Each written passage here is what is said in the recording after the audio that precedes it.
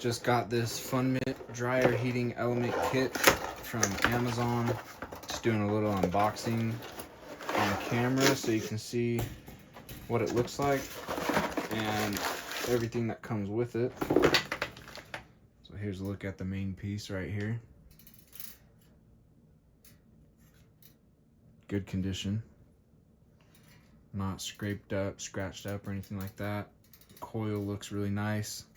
No kinks or anything like that. And then here's all your other different components. Take them out and show it to you. You got, looks like you get 2 of these. Exactly the same, and they're labeled so you know what each one is. Then you got this guy. Take that one out and show it to you.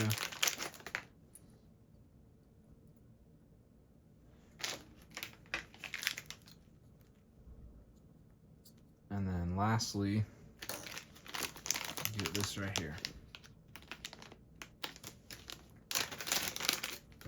So that's everything that comes in this kit. It all came in really nice condition. I think you'll be happy with it. Should work pretty well for you.